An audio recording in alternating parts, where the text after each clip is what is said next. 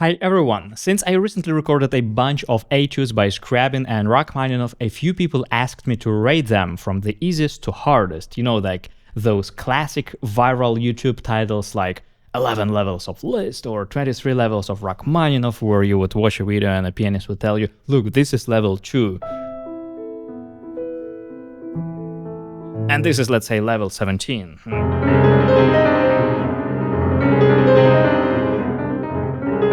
And yeah, it kind of makes sense and it's kind of like too obvious not to share and not to become viral, right? But I actually avoid doing that kind of ranking, and here's why. Because the more you actually do art, the more you realize how sophisticated the whole concept of difficulty really is. So let's start with the most obvious kind of difficulty, technical difficulty. Even that is different for everyone. The more advanced you are, the more individual it becomes. Because piano playing is all about patterns, and each of us is naturally predisposed to certain ones. Some patterns feel like home and others feel like torture. For example, if you have small hands, scales probably will always feel easier than octaves. But here's the tricky part. Often you can't tell whether a piece will be comfortable for you until you actually start playing it. For example, people often say that Schumann's Toccata or Brahms' Paganini variations are nightmare pieces.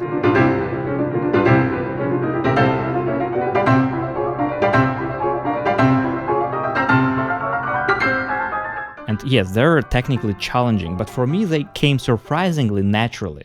I learned them really quickly and performed them a lot, quite successfully, and always felt comfortable with them. On the other hand, some pieces are just awkward. Take this Rachmaninoff in D minor, for example. I have a real love-hate relationship with it.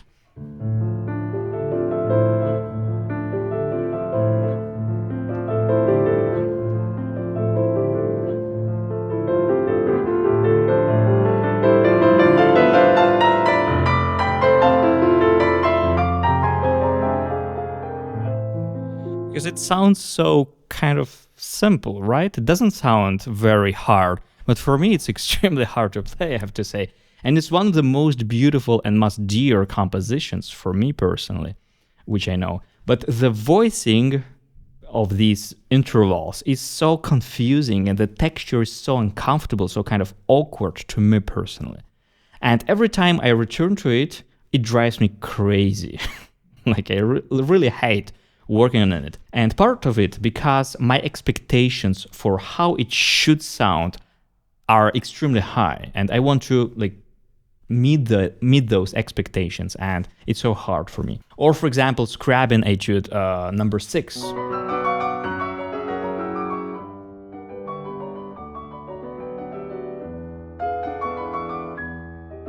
For me, it's more difficult than an octave one.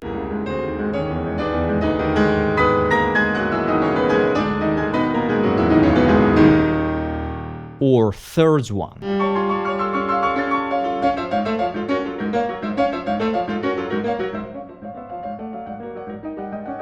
Again, because not only it's awkward physiologically in some instances, but because I have such a precise idea of how I want it to sound, and it's a pain to chase it. And actually, I couldn't find any rendition which would fully satisfy me, because either people succeed in creating a good character, or they succeed in having a better legato, and very often the second voice legato is still not working properly, and it sounds kind of a little bit jumpy and all over the place. And I really want to chase this perfect legato plus really great character and plus a really good flow, and it's so hard. But even if I manage to record one rendition that satisfies me, there is no guarantee that it will satisfy some another pianist, because they have another idea.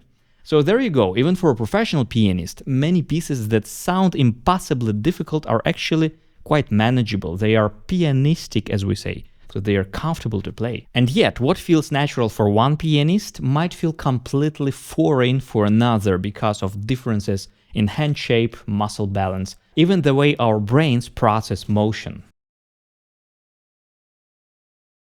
Of course, if you're still in the, let's say, intermediate stage, and your main goal is simply to play the right notes at roughly the right time, let's say, then of course you might say that, okay, this piece by Mozart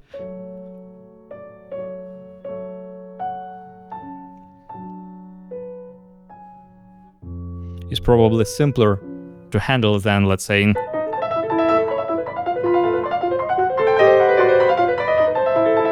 than this, right? And yeah, maybe you're right, of course, obviously you're right, but that comparison makes sense up to a certain point. But once you already have the technique to play your pieces, and once your hand and brain can handle a wide range of material, at certain point, the question stops being, can I play it? Can I handle it? And becomes something much deeper. It becomes, how do I make it sound unforgettable, even to someone who's heard this piece 100 times? Or even, how do I play it in a way that reflects the absolute truth of this very moment? And that's a completely different level of difficulty. From this perspective, this Mozart's second movement of his Concerto number 23 is infinitely more difficult than a straightforward virtuoso piece. Because for a refined ear and an emotionally sensitive person, it turns into this impossible game of trying to find objective truth inside something entirely subjective. For example, do I play it with a restraint and less rubato, chasing this kind of timeless effect? Of course, at the risk of sounding static.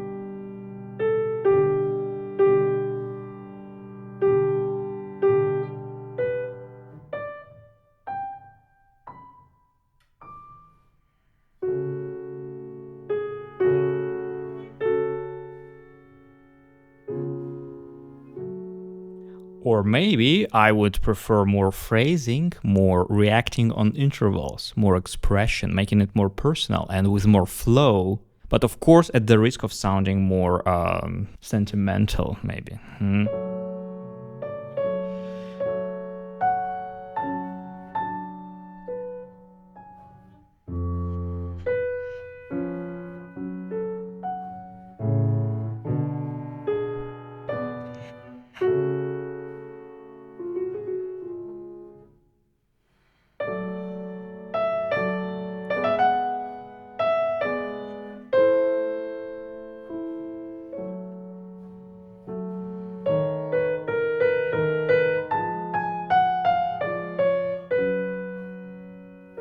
Or maybe I want to play it with more pedal to make it sound like in a church with more reverberation.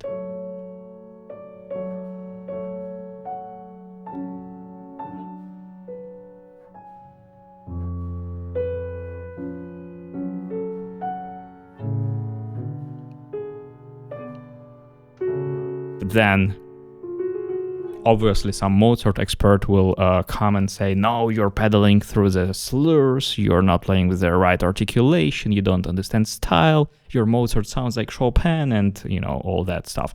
Or maybe I want to play it right without the pedal at all and just concentrate on that micro nuanced articulation and motives.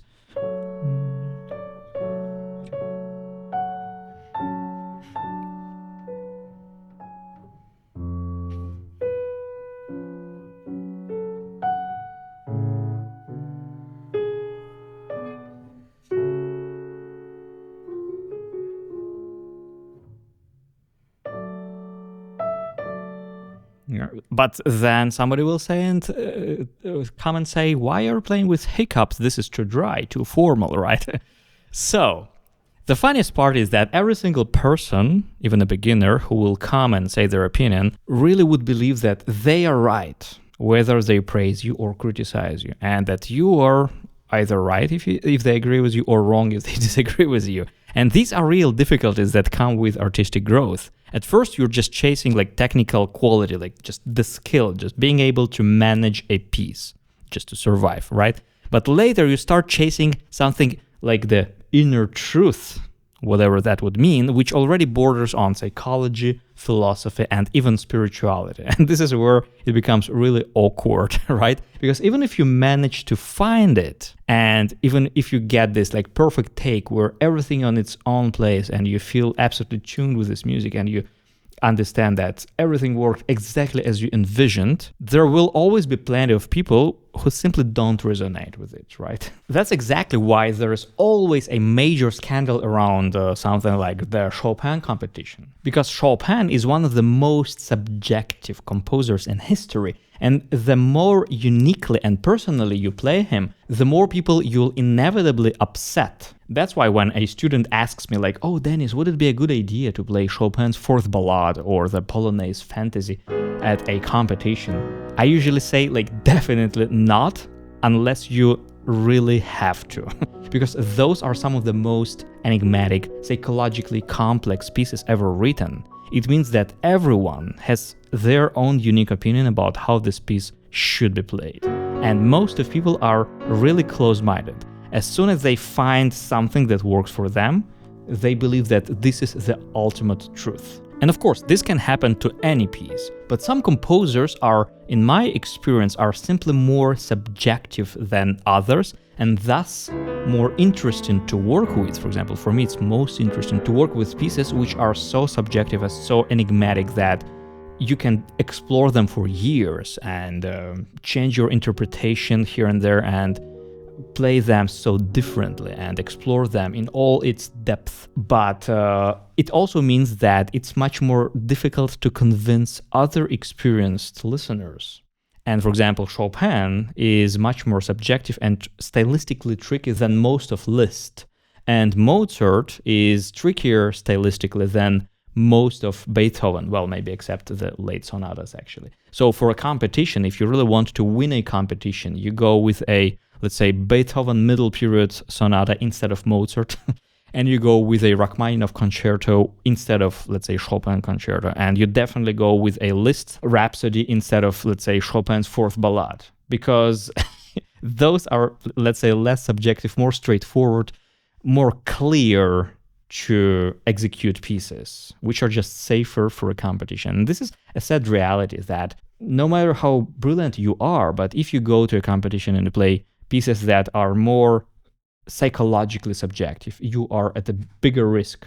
So that's why difficulty is subjective, and as more you grow, as more difficult it becomes. So sorry guys, but when you are an intermediate pianist, you might think that, oh, this Mozart piece is easy and that Rachmaninoff piece is difficult. But then when you actually become a professional pianist and you're like, okay, that Rachmaninoff is like a piece of cake, it's like, okay, whatever. It's just a straightforward virtuoso piece and I have all the technique for it. And this Mozart concerto is, oh my God, I can't sleep because I can't decide how to play it. And whatever I do, it's not exquisite enough. So then it kind of goes upside down and everything goes just on its head. Yeah, so thank you for watching this. I hope that this was inspiring and interesting, maybe a little bit entertaining. And I'm looking forward to reading your thoughts and comments in the comment section below. See you next time.